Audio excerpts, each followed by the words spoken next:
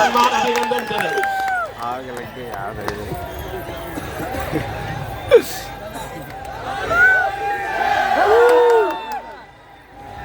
गुरु जी हिल गया पंडाल में इनका ही है।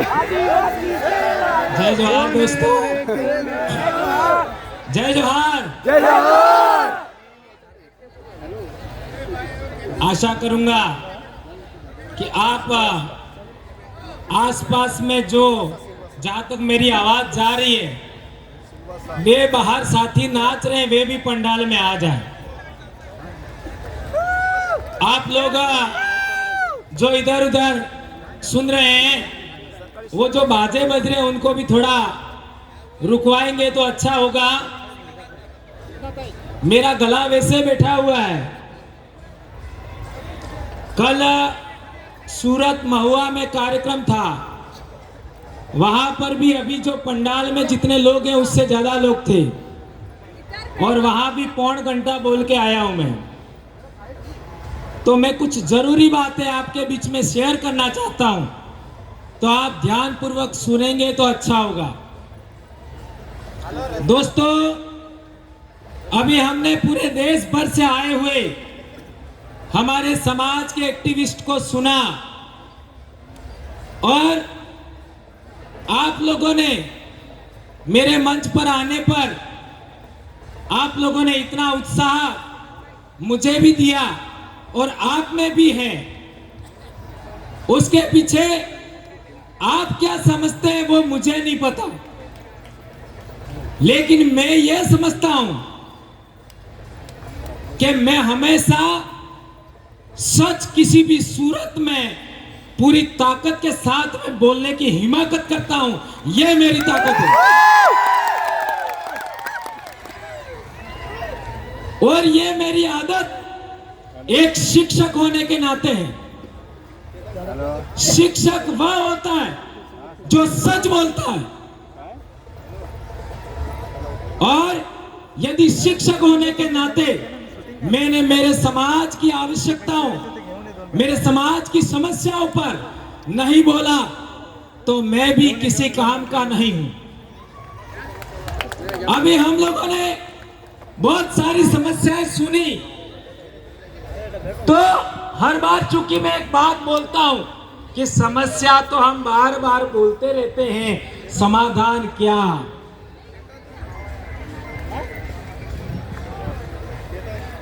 क्या?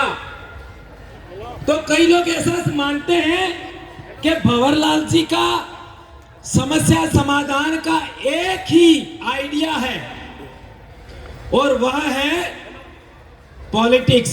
ऐसा कई लोग मानते हैं, लेकिन मैं उन लोगों को अधूरा मानता हूं।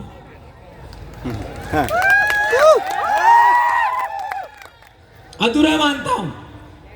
एक बार भंवरलाल परमार को पूरा पढ़ लीजिए, ज्यादा बेहतर होगा। हम लोग हमारी वैचारिकी में बेशक इतिहास सबसे पहले है, लेकिन जो बातें हमने सुबह से यहां तक सुनी, ये सभी बातें यदि विधानमंडल में अर्थात विधानसभा और लोकसभा में हुई होती तो क्या हसदेव होता? नहीं होता। क्या केवड़िया होता? क्या आज हमारे सातपुड़ा में डैम बनाए जा रहे उनका रुकावट होता कि नहीं होता? होता। तो बोल क्यों नहीं रहे? जो हमने 47 एमएलए एमपी भेजे, 47 एमपी, वो मुंह लेके गए कि नहीं गए? कौन कह रहा मुंह लेके गए? मुंह नहीं लेके गए। आपका जितने भी आप लोगों ने 47 एमपी भेजे, क्या वे लोग मुंह लेके गए क्या? यदि मुंह लेके गए होते तो केवड़िया पर बोलते? क्या बोले? क्या नहीं बोले। नहीं बोले तो मुंह का है था। गूंगे हैं वो तो, गूंगे है। और हसदेव पर कितने एमएलए बोले? 487 एमएलए पूरे देश में। 47 सांसद है, हंसदे पर कौन बोला? नाम गिनाओ। कई लोगों को गुमान था कि हमारी राज्यपाल है वो भी हमारी सुनती है। तो मणिपुर का राज्यपाल कौन था? कौन था? आदिवासी। क्या बोली? कहीं नहीं बोले। कौन कह रहा है कुछ नहीं बोली? ज्यादा लगी है? बोली होती तो अभी हिंसा रुक जाती। कुछ नहीं बोले। क्या सही कह रहा हूं, गलत कह रहा हूं? ये तो बात यार करने। मैं बहुत बड़ी समस्या आपके सामने रख रहा हूं। मैं किसी एमएलए का विरोधी नहीं हूं, किसी एमपी का विरोधी नहीं हूं, किसी राज्यपाल का विरोधी नहीं हूं। अभी आप देख लो, कई लोगों को तो शरीर के अंदर रोमांच पैदा हो रहा था, रोमांच कि हमारी राष्ट्रपति बन गई, हमारा बहुत कुछ आ जाएगा। कुछ हुआ क्या? नहीं हुआ। तो क्या हम लोग इस झाझम से 47 सांसद पहुंचा देंगे, 487 विधायक पहुंचा देंगे, तो क्या हमारी समस्या का समाधान होगा? आप होगा ऐसा कहते हो, लेकिन मैं ना कह रहा हूं। मुझे पता था। नहीं होगा। क्यों नहीं होगा? ये बात समझनी है, और ये बात नहीं समझी तो इतने सारे लोगों ने अभी तक बोला, उसका कोई मतलब नहीं है, कोई मतलब नहीं है। हमारे देश में हम राजनीतिक गुलाम हैं, यह है समस्या। हमारे देश में हम राजनीतिक गुलाम हैं, और राजनीतिक गुलाम है तो राजनीतिक आजादी चाहिए। कौन कौन चाहता है राजनीतिक आजादी? क्या बात कर रहे हो आप? इतने लोग राजनीतिक आजादी चाहते हो, और आपके विधानसभा में आपकी कोई आवाज उठाने वाला नहीं है। सही बात है। तो समस्या क्या है? एक बात, राजनीतिक गुलामी। कई लोग कहेंगे कि ये बात आपने गलत बोला, तो मैं कहना चाहता हूं कि आपके 47 सांसद और 487 विधायक क्या आपने चुन करके भेजे? क्या आपने चुन करके भेजे? तो हाँ, चुने तो आपने, पर क्या आपने सेलेक्ट किए? आपने सेलेक्ट नहीं किए, यह है समस्या। जब नेता आपका है, आपके समाज का है, आपके सीट से जा रहा है, आपका आरक्षण से जा रहा है, तो उसका सिलेक्शन आपको करना चाहिए था। आपको सिलेक्शन का अधिकार नहीं दिया। कब नहीं दिया? 1951-52 में हमारे डूंगरपुर जिले के अंदर एक सीट पर 2 विधायक थे। एक आदिवासियों का विधायक था, एक सामान्य वर्ग का विधायक था। सही कह रहा हूं, गलत कह रहा हूं? हमारे डूंगरपुर के ये प्रदेश अध्यक्ष जी, सही कह रहा हूं, गलत कह रहा हूं? हमारे डूंगरपुर में 1951 में 2 विधायक थे। एक सीट पर एक आदिवासी विधायक था, एक विधायक सामान्य वर्ग था। यह व्यवस्था थी। और उससे पहले हम चाहते हैं तो पुनः पैक्ट करार हुआ 1932 में। तब हमारे देश में जो डेमोक्रेसी आ रही थी, उस डेमोक्रेसी पर यह तय किया था कि जो SC ST लोग हैं, OBC लोग हैं, जो पिछड़े लोग हैं, वो 2 वोट देंगे। एक वोट अपने जनप्रतिनिधि को देंगे और एक अपने इलाके में रहने वाले सामान्य वर्ग के जनप्रतिनिधि को वोट देंगे। तो यदि कोई सामान्य वर्ग का व्यक्ति हमारे पास वोट लेने के लिए आता, तो हम कहते तुम हमारे साथ छुआछूत कर रहे हो, हम तुमको नहीं देंगे। तो वो हाथ जोड़ी करता, आगे से मैं छुआछूत नहीं करूंगा। हम कहते कि तुम हमारे जंगल छीन रहे हो, पहाड़ छीन रहे हो, हमारी नदियों का पानी तुम खराब कर रहे हो, जैसे ये दमन गंगा का हुआ। तो हम कह सकते थे कि हम तुमको वोट नहीं देंगे, तो वो कहता कि आगे से मैं ऐसा ख्याल नहीं करूंगा। और दूसरा, हमारा आदमी हमारे बलबूते चाहता तो वो हमारी आवाज वहां धड़ल्ले से बोल सकता था, कोई रोकने वाला नहीं था। तो आज 1951-52 के बाद हमारे देश में आदिवासियों पर पूना पैक्ट थोप दिया, और इसकी वजह से आदिवासियों का नेता कौन होगा ये सेलेक्ट करने का पावर पार्टियों के हाईकमांड के पास में है। यह है समस्या। और पार्टियों का हाईकमांड में कितने आदिवासी है? 0। कितने? ऊपर तो एक भी नहीं है। क्या बात कर रहे हो? यहाँ तो गांव से लगा करके गली गली तक नेता ही नेता है। नेता बने वो तो वो क्या नौकर चाकर है क्या? बस वही हो, क्यों नहीं है हाईकमांड में? उनको लेंगे। ये है बड़ी समस्या। हमारे समाज पर जो वो लोग जो भारत के आदिवासी नहीं है, इंडिजिनस पीपल नहीं है, वो है हाईकमांड में। अब उनके पास तुम टिकट मांगने जाओगे तो तुम्हारा क्या होगा? जो बोलने वाला उसको कभी टिकट नहीं मिलेगी, लिख लो। जो लड़ने वाला उसको कभी टिकट नहीं मिलेगी, लड़ लो। और मेरे को तो चुनाव लड़ना ही नहीं है। मेरा क्या जा रहा है? मेरे को तो तुमको लड़वाना है, और तुम नहीं बोलोगे तुमको पीटूंगा।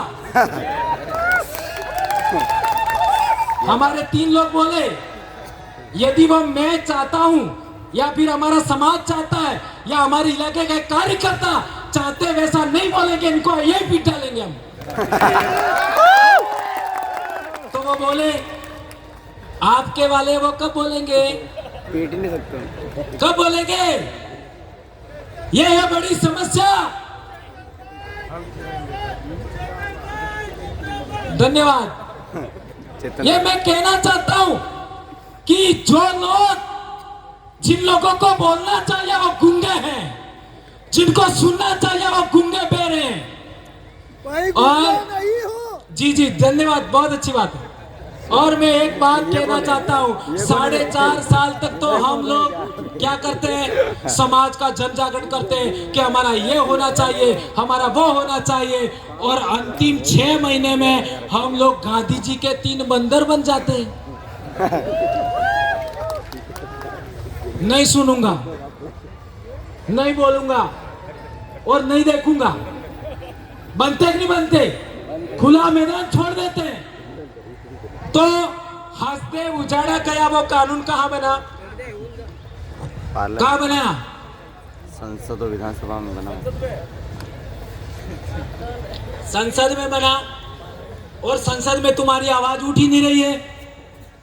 ये केवड़िया में आपका नोटिफाइड एरिया बना, वो कानून कहाँ बना? गांधीनगर में तुम्हारा बोलने वाला कोई है ही नहीं। तो जहां बोलना चाहिए वहां कोई नहीं है तुम्हारा, और यहां पर हम बड़ी बड़ी बातें कर रहे।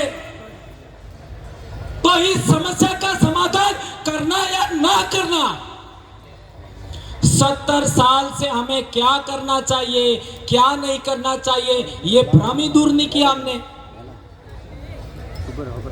इसलिए समस्याएं बहुत सारी है, समाधान संभव है, लेकिन सही रास्ता तो चुने।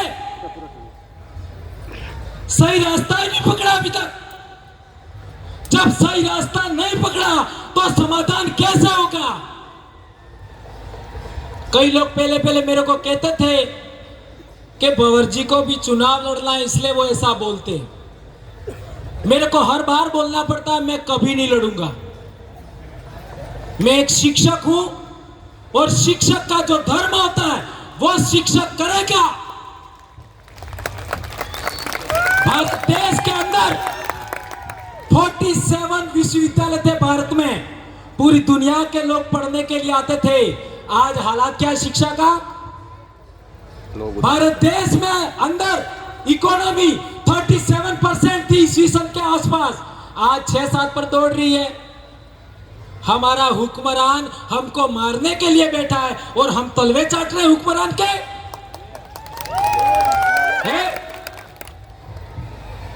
और हम तो कह रहे हैं हमारी कांग्रेस आई है। आई का मतलब नहीं समझे? आई माँ कई लोग कहते हैं भाजपा हमारी आई है। अरे कांग्रेस भाजपा तुम्हारी आई है तो तुम्हारी ओरिजिनल आई जिसने तुमको 9 महीने पेट में रखा उसका क्या?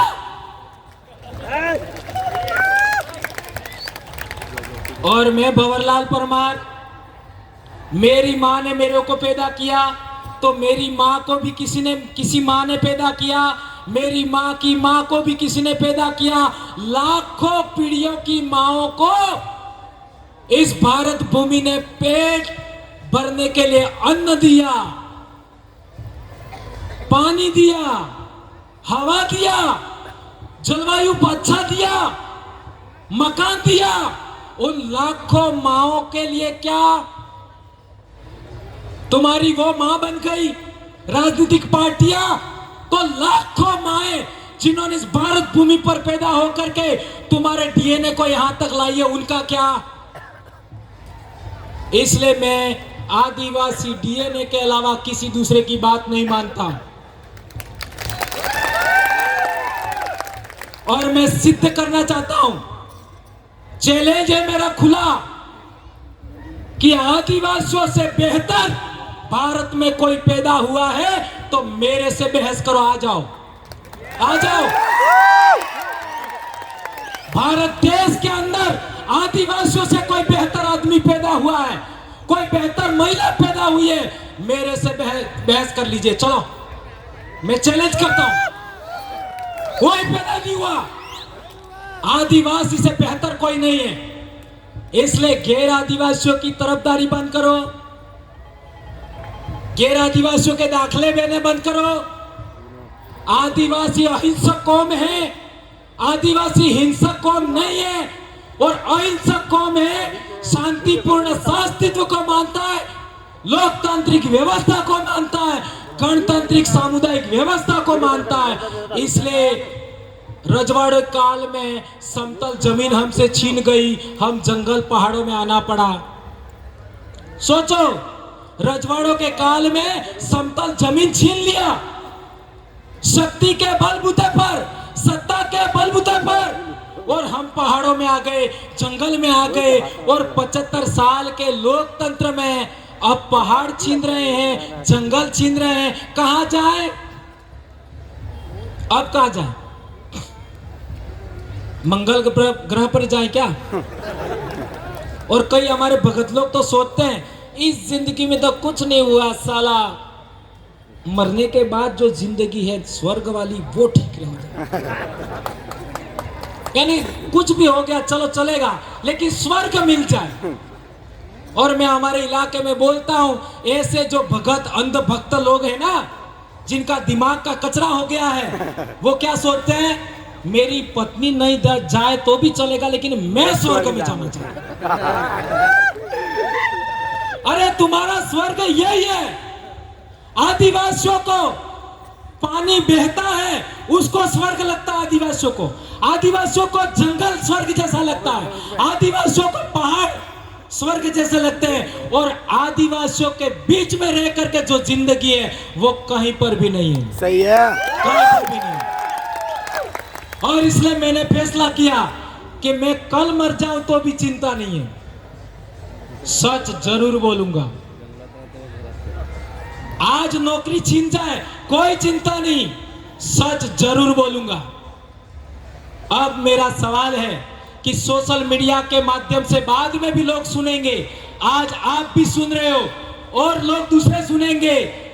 क्या एक ही प्रश्न वापस दोहरा रहा हूं, क्या हमारे अंदर से निकले हुए लोग जो अच्छा बोलना चाहते हैं, अच्छा जानकारी रखना जानते हैं, और हमारी कलेक्टिव वॉइस यानी आदिवासियों की कलेक्टिव वॉइस विधानसभा और लोकसभा में जानी चाहिए कि नहीं जानी चाहिए? जानी चाहिए। तो उसका हमारे पास क्या फार्मूला है? क्या फार्मूला है? हमने राजस्थान में एक मॉडल बनाया। क्या मॉडल बनाया? Top model. नहीं, बाप बनाओ चाहे कितनी भी पार्टियां बना लो, उससे भी कोई फर्क नहीं पड़ेगा। बनाने वाला मैं ही हूं, लेकिन ऐसा बोलता हूं।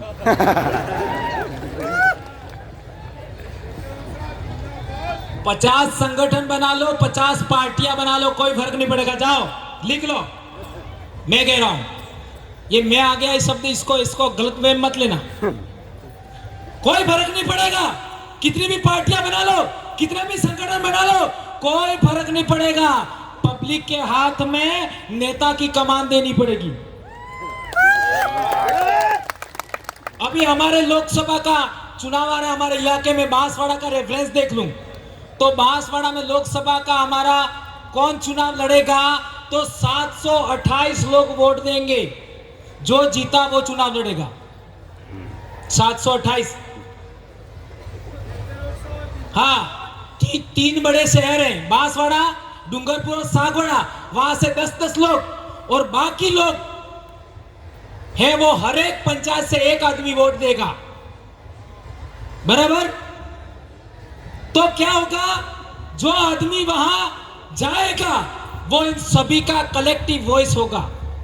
अभी हमारे ये 3 आदमी यहां पर आए हैं। चुनाव जीतने के बाद यदि किसी गांव में हैंडपंप भी लगाना है, किसी गांव में सीसी रोड भी बनाना है, तो हमारी ग्राम पंचायत की ग्राम एकीकरण समिति होती है, और वो ग्राम एकीकरण समिति के लेटर हेड पर लिख के देंगे, गांव के 25-50 लोग मिलकर के साइन करके कि यहीं पर हैंडपंप लगाना है, यहीं पर सीसी रोड बनाना है, यहाँ पर तालाब बनाना है, यहाँ पर एनीकट बनाना है, यहाँ कुआं खोदना है। वही काम होगा, वही होगा। और यदि वो एमएलए ने नहीं किया तो उसको समय पहले भी हम वापस ले सकते हैं। इतना बड़ा मामला है। मेरे छोटे भाई ने चिट्ठी भी दे दिया है। लेकिन ये समस्या, इस समस्या को खड़ी नहीं छोड़ सकते।